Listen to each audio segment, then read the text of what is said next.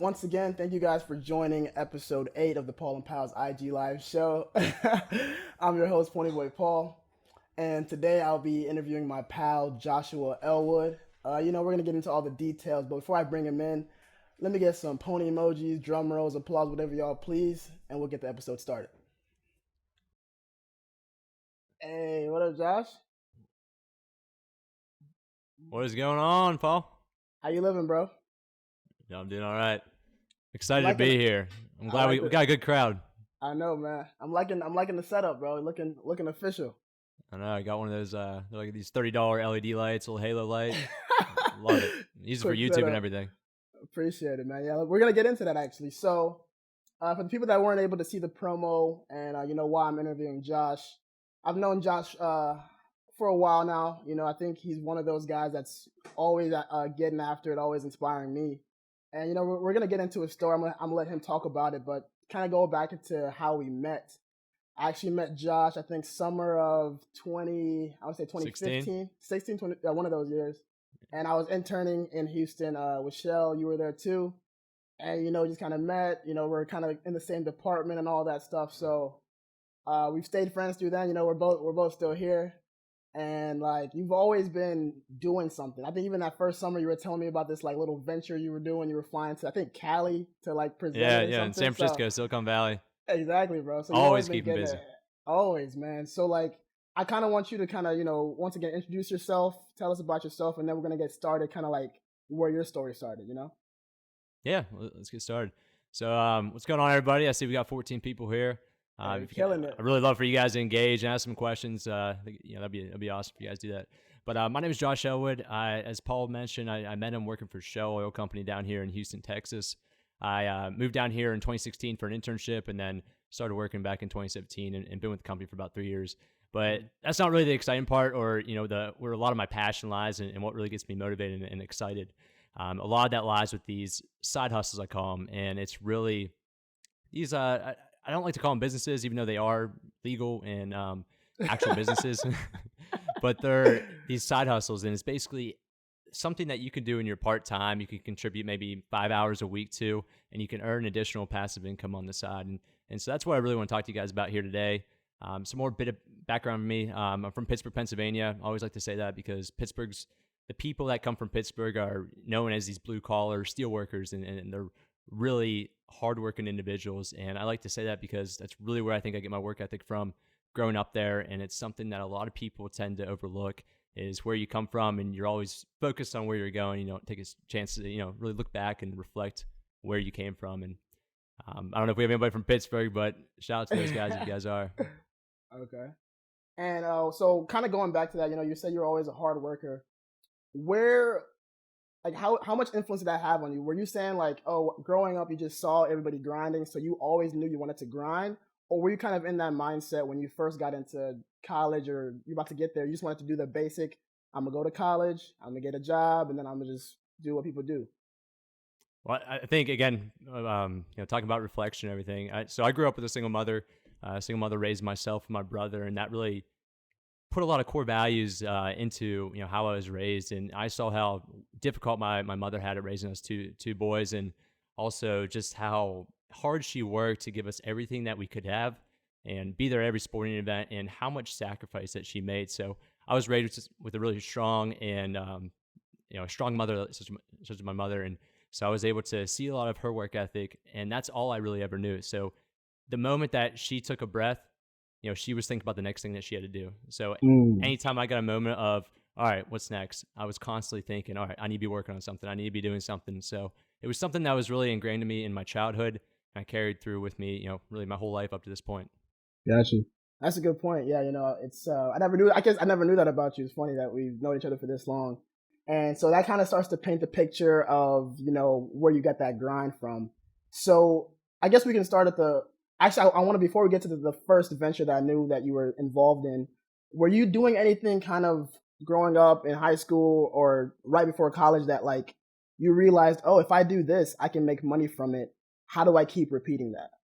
Not at all. And so I always had that conventional mindset. My mom told me, you got to go to college, you got to get a good degree, get a job. And, that's where success is. And then you can start, once you retire, that's when you can actually go on Mm, vacations and have a lot of fun, right? got So you. no, it wasn't until I went to college, and it was my sophomore year. Two of my friends, they heard of this work that this one guy in their IT department was working on, and essentially what he was trying to do was create a mobile application that connected village doctors in Nepal to villagers in Nepal in the outskirts of the main cities of Kathmandu. And so he was trying to electronically connect those individuals together because the healthcare infrastructure, it's a third world country, and it's not as it's not like the United States. Hmm. It's not as developed. And so he was doing that, and that was really where I got the spark. And they asked me, I don't know why they did, to be honest with you, but they asked me to join the team. I said, yeah, might as well have some spare time here.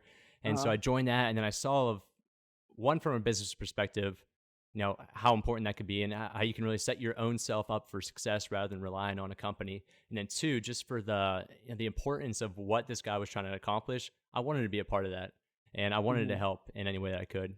Got you. And I think you called that, was that the program you were calling EMED, right?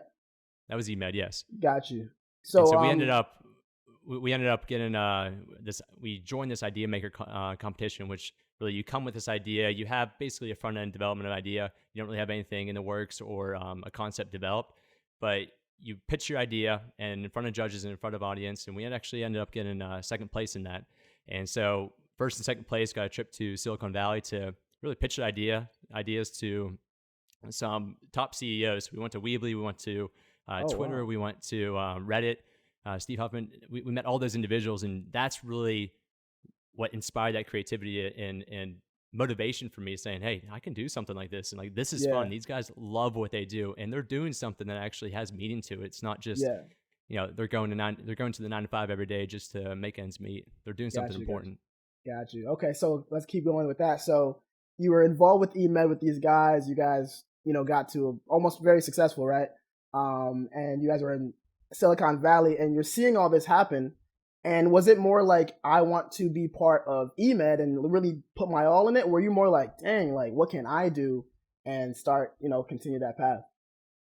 It wasn't something I owned. So in anything that you don't own, you don't necessarily have as much passion as you would for that person who came up with the idea and Mm-hmm. is following it. So I wanted to accomplish it, but the more that we discovered and started uncovering details about how to actually implement this into their healthcare infrastructure, it was almost impossible, is how we saw it. So unfortunately, Um, we ended up dissolving itself, the team. damn. Really, we're trying to fight a problem that was bigger than itself. Just us 3, 4 college kids and being sophomores.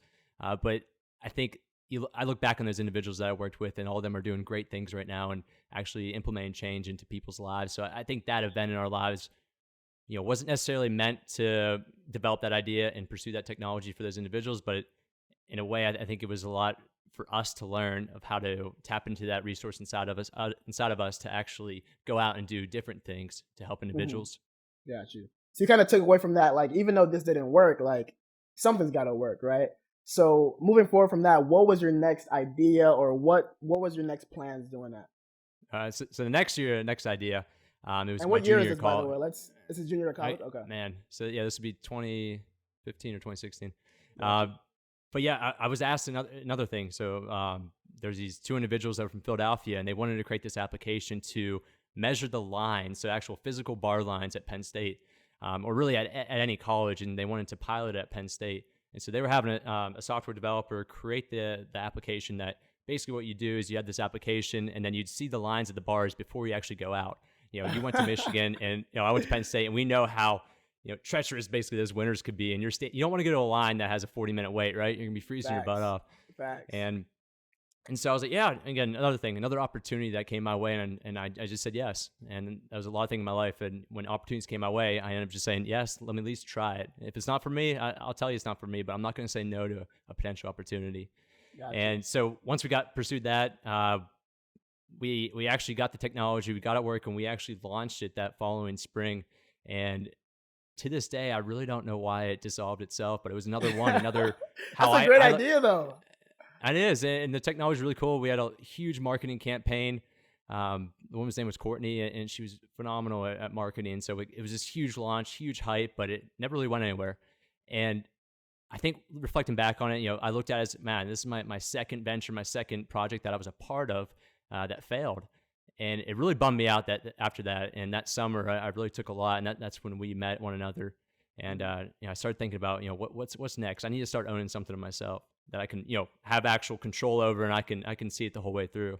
Got you. So I'm really the key. I'm the reason why you're now like successful, right? That's what you're trying to say. That's right. If I didn't meet you, man, I don't know what I'd be doing right now. And one thing I want to pause too, because now you've said in your first two ventures, right? People reached out to you and said, "Would you like to be a part of this?" So like, what were you doing in college that made people just like, "Hey, I got to talk to Josh because he's that guy"? Like, what was your major and all that stuff? What was that? Man, so my major, I got a degree in mechanical engineering, bachelor's degree, and I don't know. Honestly, I don't know why I got a degree in engineering. I just thought, it was probably one of the most challenging bachelor's degree that you can get, and I want to challenge myself in that aspect. And obviously, there's fortune and reward that can result from that. So that was a lot of the motivation. I look back on it now, and I don't get that excited about engineering itself. I do get excited about solving problems. I do get excited about technology, but yeah. I feel that's what I went to school for. And so maybe that's why people looked at me as, oh, this guy, he's got his shit together. He's getting a degree in mechanical engineering. Maybe that's why we should hire him on board. Got you. Okay. I don't know. Hey, I'll just say it to me. Let's just go with that. And moving forward. So now that second venture where you guys were estimating the bar lines, it didn't work out. It bummed you out, and you realized this is something else that you were a part of, but you weren't necessarily leading. So what was next after that? So next after that, I was like kind of a transition point in my life. I didn't really do anything for that final year. And then I moved down to Houston, Texas here to work for Shell. And that was a point where it was probably the first time in my life that I had control over my finances, and I had enough income coming in where I could start paying off my debts, and I had some extra income that I could invest. And that really brought me into the picture of, all right, what do I do with this money? What do you do with all this? And so I started looking for, now that I could actually fund my business ventures that I wanted to go forward with, this gave me that capital to do so. And so the next venture, man, there's been so many, but I think the next venture was called Roads Advertising. Okay. And Roads Advertising was this idea that I created.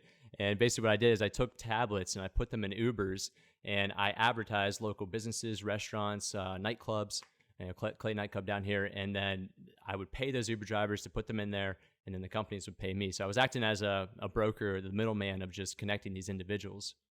Okay, we gotta break that one down. Okay, so you just randomly had the idea of, let me put iPads in Ubers and then have them advertise for other companies. Like, how did you go about that?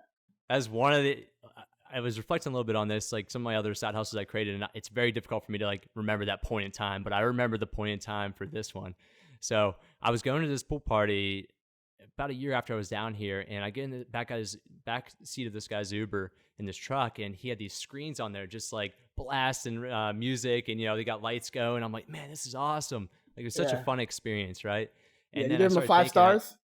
Oh, he got 5 stars. I would give him 6 if I could, because he inspired a lot of creativity in me. Yeah. And as we're driving, I just started thinking, I look at these things, I'm like, man, imagine like we passed a billboard and I saw that, and I kind of pieced together things, and I was like, imagine if you just advertised on these things. And I said that to him. He's like, man, if I did that, I'd be a millionaire. And as soon as he said that, I was like, holy shit, this is an idea I need to pursue. And so that next day I woke up, and man, I got to work. I got down to it. And I had that up and running out in a matter of weeks. That's crazy, man. That's really dope. And the thing is, I remember because when you first had told me about this story, I had just came back from DC, I believe, and I had seen a version of that in the Lyft. Like, the driver had an iPad in the back of the car. So, like, when you were creating that, was that already existing, or were you kind of like, It was already existing. I did look into, I think you're referring to Play Octopus, is the company. Yeah, exactly.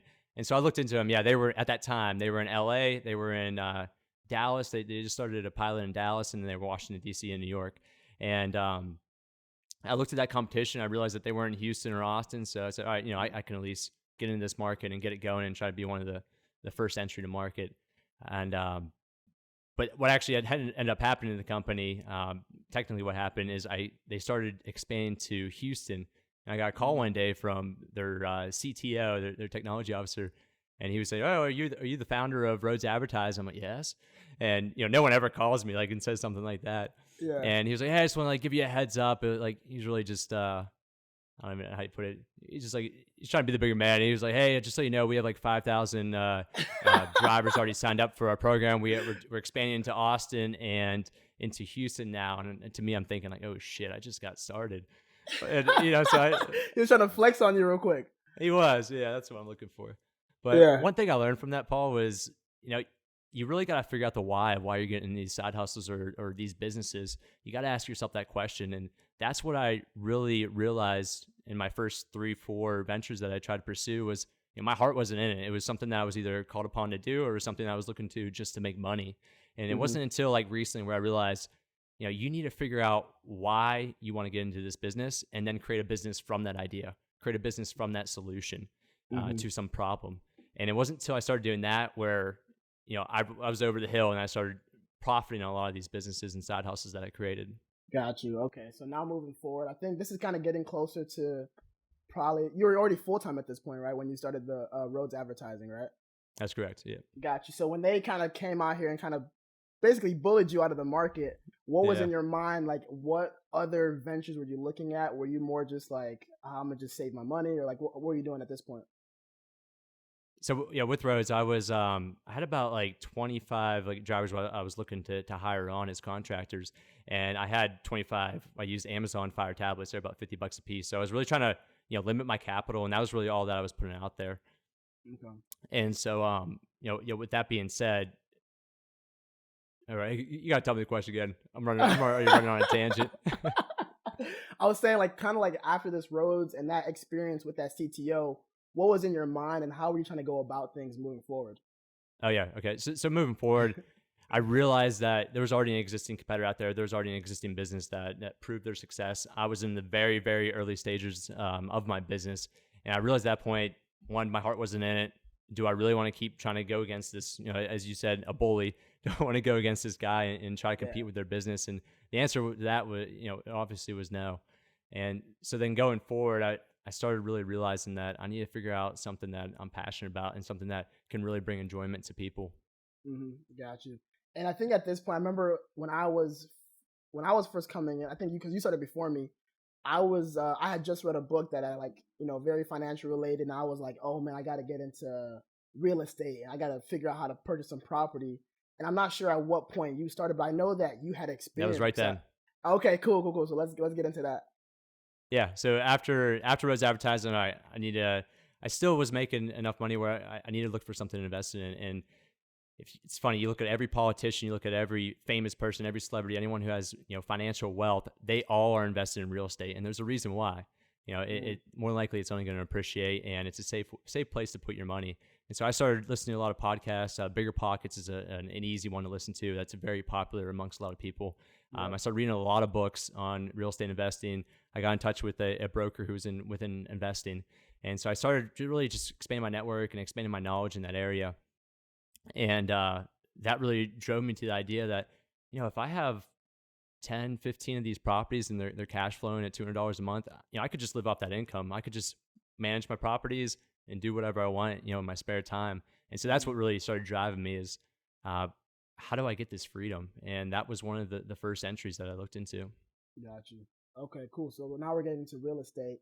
And so at this point, you've kind of been just kind of doing ventures. And did you kind of approach this in the traditional way of where like you look for property, you purchase it, and then you rent it out? Or were you trying to like see if you could optimize that based on your personal situation? Yeah, and definitely try to optimize it. So if you go on Zillow, you can like download all this data. And for me, I guess this is one thing I learned from my degree is to really just get into the technical details. And so I download all this data about year over year appreciation in these different zip codes within the Houston area. And so I had all this data, and I basically narrowed it down to 3 zip codes that made sense for my investment. And that's really what I try to optimize in order to find the best property. And I definitely overanalyzed a lot of it. I'd say, I mean, you probably don't have to do that much, but yeah, it really led me to that first property. Got you. And then how was that experience, being, I don't know how old you are at that point, but I'm assuming you're young, probably renting out to somebody that's older than you, maybe have a family. How was that experience trying to go through the whole purchasing a home? Did you know somebody that was an agent? Like, take us through that first time. Yeah, and that's one thing I really recommend to anyone listening right now is find a mentor in something that you want to pursue. Whether that be real estate, some type of business, finance, whatever it may be, find that mentor. And that's exactly what I did. I reached out to an individual that just came across during an open house, a broker, and he really doesn't really engage a whole lot. Person to person, he's a broker, he's not a real estate agent. But I asked him, said, hey, like, I really want to get involved in real estate investing, but I know as much as this, the books that I read and the podcasts that I listen to, but I don't have that hands-on experience. And I asked him, can I basically just can I just mentor you? And, I'll do something for free. Can I manage your properties? And he didn't want me doing that, but he was like, yeah, I'll take you under my wing. And, when I could text him if I have an issue or if I'm not understanding something fully. And so that, during those properties, he was the person to guide me along the whole way and give me an idea of what to look out for in these properties that needed rehabbed or properties that are within the Heights area here. He was really the one that helped me. Got you. Okay. So at this point, you're kind of getting comfortable. You like, okay, I got this guy. Let me move through with this, right? And I kind of want to go back to something that you said towards the beginning, where you said when you're pursuing all these ventures, trying to get money, you need to have that why, right? And for you, it seems like you already had this mindset a year or two into working that I want to do something aside from work. So what would you say is your why in terms of why you're trying to pursue all this financial freedom? Man, I'm really glad you asked that question. So for real estate specifically, there's one that encompasses the entire financial freedom idea, but I'm going to start with real estate. For real estate, it's the idea of just really providing someone a home or a temporary living space, and just having that that capability of doing that for someone. Whether or not you make money off it, you're providing someone a residence for 6 to 12 months, and that could really mean a lot to an individual. And for someone, such as myself, that I could take, $100 off the rent, and because his family really needs a place to stay. Like, it's that idea of giving that person something that they may actually need more than they may reveal to you. Gotcha. And then the bigger picture to this financial freedom idea, and it took me years, honestly, to realize, why do I have this inner drive to really pursue this? A lot of people talk about it because they want to become financially wealthy, and that's not it for me.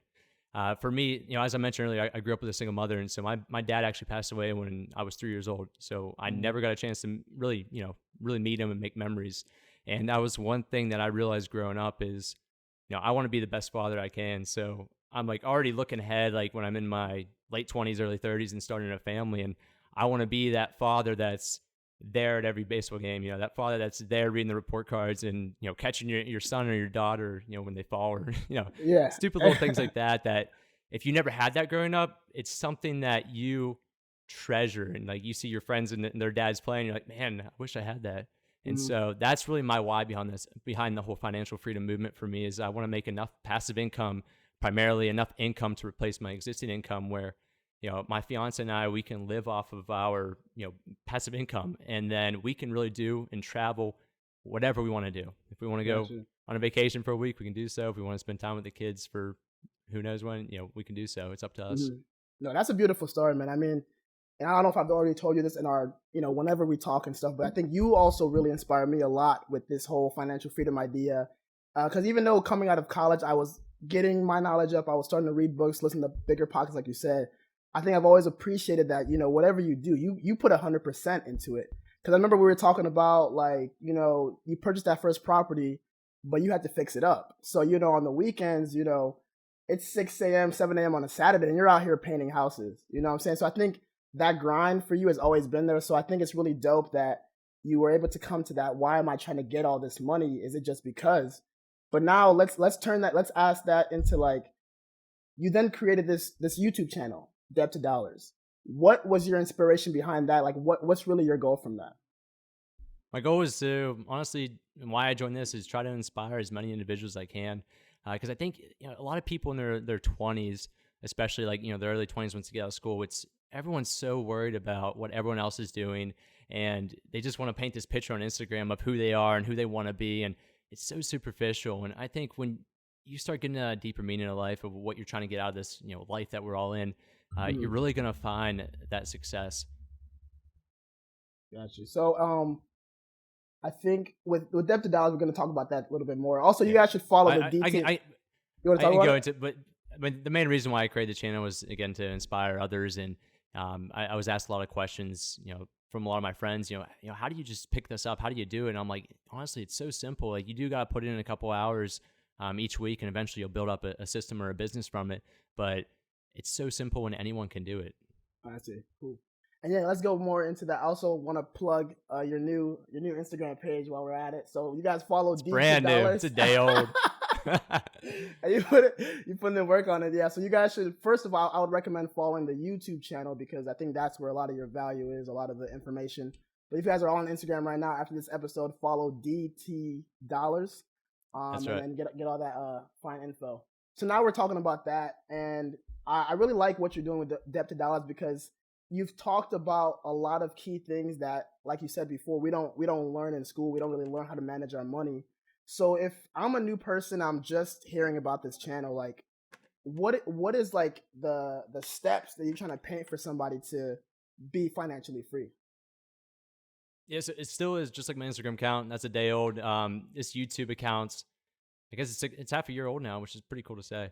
So it started back in February. And so if you're someone just coming to the channel and you don't really know what to look for, I have all these different playlists of one, how to sell something e-commerce on Amazon. Amazon is really the huge market coming up. It's basically like you go 10 years back and you heard of eBay and you're like, man, I want to sell stuff on eBay. Amazon's that's what we're living in right now. And there's so much opportunity involved in that. I also rent out a vehicle, a Slingshot on Turo, and it's basically the Airbnb for vehicles and allows you to rent out your vehicle to someone else. And so there's things like that on there that you can go on there, check the playlist out, see what you have interest in. And, you can start basically from these beginner tutorials that I make from how to start from just an idea that you have, whether that be selling on Amazon or maybe you want to rent out your vehicle on the side. And I show you exactly how to put the listing up, tips to look out for, mistakes that I made that you can really capitalize off of. Got you. And you actually just reminded me of the whole Slingshot story because I know we kind of mentioned Turo, Airbnb for cars, but can you go a little bit in detail what your idea was and actually what you're doing right now with the Slingshot?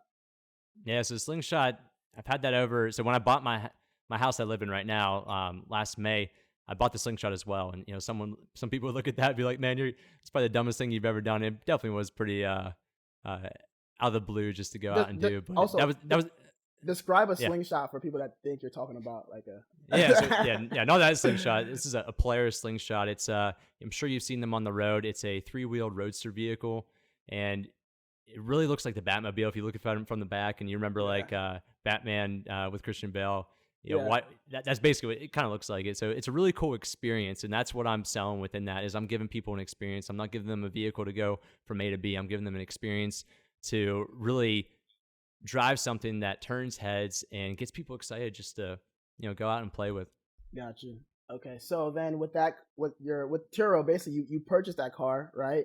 And then your idea is kind of like, oh, if I purchase this car and then I rent it out, I don't know how often weekly, you kind of eventually start to see an income stream for that overcomes whatever you paid for it, right? That's the main goal. Got you. Okay, cool. So if there's anyone from Houston listening on, I'm going to tell you guys a secret, but you got to promise not to replicate this. And so I looked at these Slingshots, and they were renting out for basically $150 on average per day. And so I looked at it, I'm like, man, these things probably like $40,000, $50,000. That's the only way this would make sense. And I look at these, and you can buy a brand new one for like $25,000. I bought a used one for under 20, and then I start looking at my monthly payments. Obviously, I put some money down on it, but you look at your monthly payments, I'm like, I do the numbers. I'm like, with insurance and everything that goes into maintenance, I just have to rent this out for 2 days each month, and it'll pay for itself. And then everything on top of that is just cash flow. So my mortgage basically gets paid through, from my Slingshot. What? It's crazy on a good month. Yes. On a good month. It's probably not right now, but so okay, that's really dope. we gotta talk more about that after this episode. So you got that going, and then you mentioned the whole Amazon, selling. Can you want to describe that a little bit more? Yeah, and this isn't anything that I have a lot of passion in the products that I sell on Amazon, but essentially what I do is I have an overseas supplier that you can find on these e-commerce websites like Alibaba.com. I connect with a supplier, and then I find a product that's a very generic product and have them manufacture it. So they manufacture it, and then they also put my brand on it. My brand's just a simple ECI for my business. It's nothing, awesome or anything. And so they put my brand on it. They ship it to Amazon, fulfillment by Amazon, it's called. It's Amazon FBA. And so what they do is they basically take care of all the shipping, package, handling of those products that you send to them, and they give them to the customer. And they also handle the customer service. So I really stay out of it. I can sit back and the product doesn't even have to come to my house or my business, wherever. I just connect my supplier with Amazon. They send them the goods, and then people, like such as ourselves, will go on Amazon. They'll purchase the product, and then Amazon will actually ship that to the customer. And you pay them obviously to do that per unit that you sell. But if you do your profit margins correctly, you can make X amount of dollars off of each product. And as I'm sleeping at night, I could be selling 20 goods, and all of a sudden you make a good amount of money on the side. I'm loving, man. You're inspiring that. So it's good though. Like you've got all these, regular income streams coming in. And then I think about the person that does want to be traditional, right? Let's say I don't have this urge of like, I'm not really trying to do all this entrepreneurial stuff, or I don't have the funds or the current situation to really stretch myself out like that. Like, where do you think that if you're just the average person, maybe you're just starting out, like what is a good way to start? Is it really just figuring out that idea, or is it more education? Like, what would you recommend? I would say it's not for everyone. So you got to really, dig deep down in yourself and ask, what are you looking for out in a vacation, a job?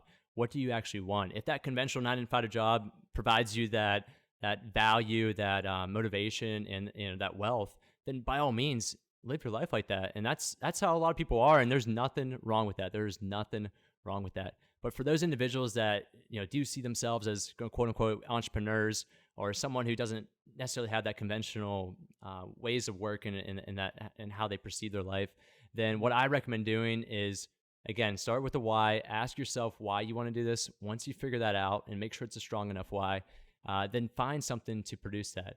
The easiest thing to do when creating a business is to find a problem that's existing. And an easy way to find that out is, ask your friends, people that are your age, and say, hey, what do you hate about your phone? Or what do you hate about this? Or what do you hate about phone cases? And then solve that problem. Beat your competition, and then figure a business out or a service, a product that can be the solution to that problem. That's really the easiest way to do that. Oh, dope. I like that. And I forgot to mention, I saw this question while I was scrolling. So for anybody that has questions, please submit them via the little question mark. But I saw one earlier, and they asked, which venture would you never try again, if any? Interesting. Was that Amy who said that? Thank you, Amy. I think I saw that coming through. The venture I probably wouldn't do, and I wouldn't say it's the ones that I quote as a failure. I learned a lot from those businesses that I failed. The one that I'm still doing that I said I probably shouldn't do, I honestly would say it's the Amazon. And it's funny because I do focus a lot my channel predominantly on selling on Amazon on YouTube, but I never really had that passion to pursue this more than what it is. I'm really just looking as a source of additional income that fuels my why for financial freedom. And when you remove yourself from the business and the customer, it's fully online. My supplier ships to Amazon. I never see the product. It really removes you from that excitement from it. So I'd say that's probably the one, even though I'm still doing it, and I plan to continue to do it. It'd probably be the venture I, quote unquote, wish I never started. Wish you never started. I like that. And I just thought about how, like, one of the things, because you're mentioning ventures you would never start, but let's think about like in the future, right? So I think Depth of Dollars has a great potential to really inform a lot of people. But going back to your why, it was very just much, you really want to be very family oriented, but with low stress, right? So do you see yourself trying to build more educational resources, or kind of like you want to get to this point where you're okay, and then you kind of want to just step back away from all of it? Like, what are you thinking there? Yeah, I see I watched that The Last Dance with MJ. Finally, I've been waiting for it on Netflix, and I see like how he just kind of faded out, but he did it on his own time and what he wanted to do, and that's honestly how I see myself.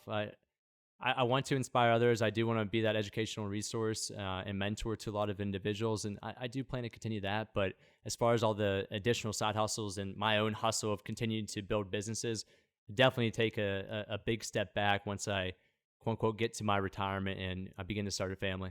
Got you. So what would you say is kind of like another burning idea that's up next for you that you're kind of thinking about, that like, oh, I want to pursue this now? Or is it kind of like you feel kind of satisfied with what your current goals are, and you want to just let the money stack up? I don't know if I should tell you this.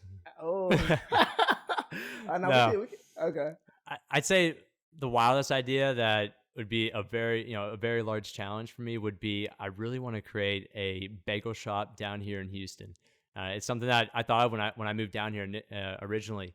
Was that you look down in Houston and you think of like a New York bagel or anything in the Northeast, and that's something I grew up with college and grew up and I really enjoyed. And you go down here and it's all tacos, right? For breakfast tacos is like the breakfast meal you go out for. And there's two bagel shops and both do extremely well. They have lines out the door. And so you look at the existing competition and there really isn't any. There's two businesses downtown Houston that have a bagel shop, breakfast sandwich shop that it's basically just open up for the mornings. So I think it's a very long shot for me, and it's definitely going to be a challenge. But I think in the future, the next couple of years, if I stay down here in Houston, you might be seeing a bagel shop pop up. Dude, that's the most random thing, but hey, man, I believe you. Oh no, right? You've done a lot of great things. I might write that down. Yeah, no, don't write that down. I had a question coming. They said, "What would you name the bagel shop?" Well, that's the thing. So my fiance Marley, I don't know if she's still on here, but she's the creative one. I'm really not the creative one. I'm the logical one that gets stuff done and puts the action behind everything. But she's the one who came up with Debt to Dollars. She's the one who actually came up with Rose Advertising. Like she is the woman behind the scenes that she doesn't get the fame for. I get it all. She just sits back, gets up the names, get the creative ideas, and I go, all right, I'm gonna go over here and do that real quick. She just says some things. You're like, oh, that's a great idea, babe. Just walk away. Oh, that's dope, man. But I had a question come in from the boy Carl. What works best for you in terms of time management, and how do you go about planning that?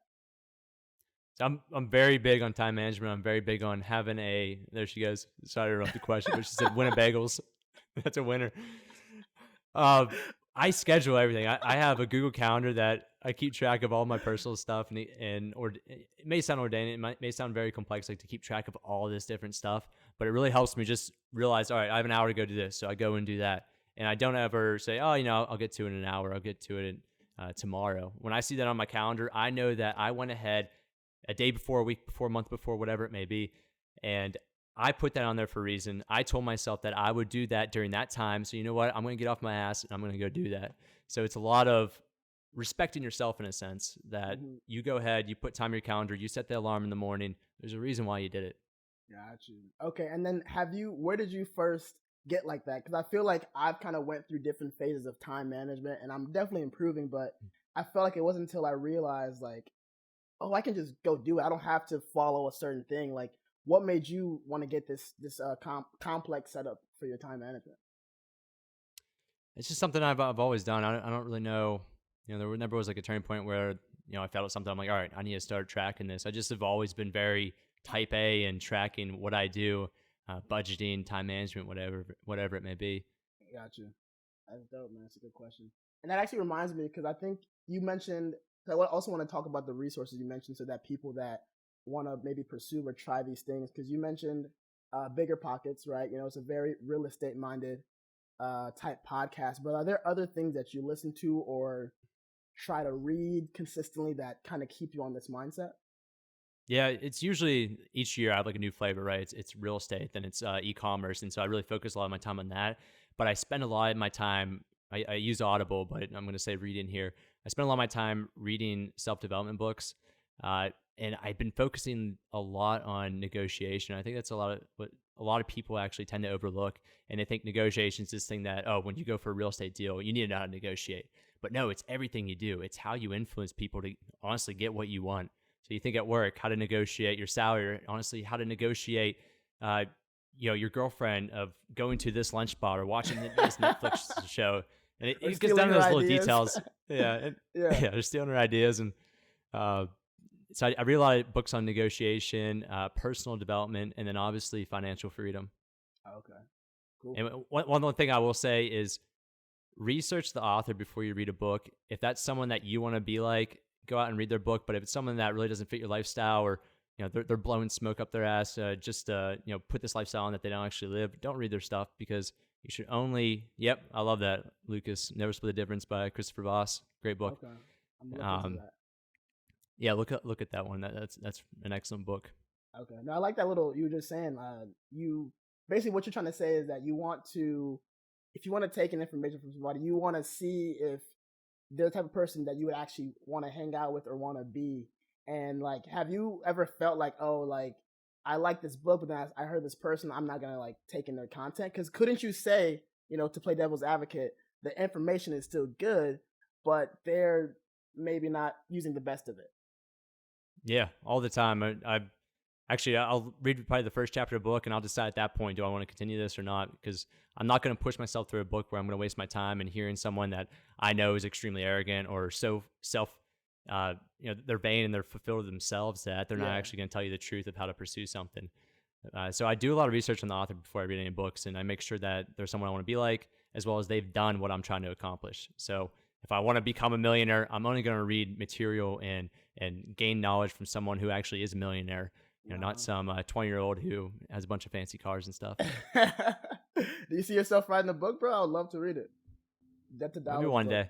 Maybe when I get to my retirement, I'll have enough time, and I'm gonna be itching to do something. And if I tell myself I can't do a business, maybe I'll write a book. Though it'll take up some time. Cool, man. And we're nearing the end, so once again, if you guys have any quick questions, please answer. But what I like to do towards the end is, you kind of already told us the next idea, maybe the bagels, maybe you finding a new place to settle down with you and your girl. But like, based on all the stuff that you've been into, all the ventures you've pursued, your failures, your learnings, what are some words of advice you like to just drop on the people listening, just that you feel have really helped you become who you are today?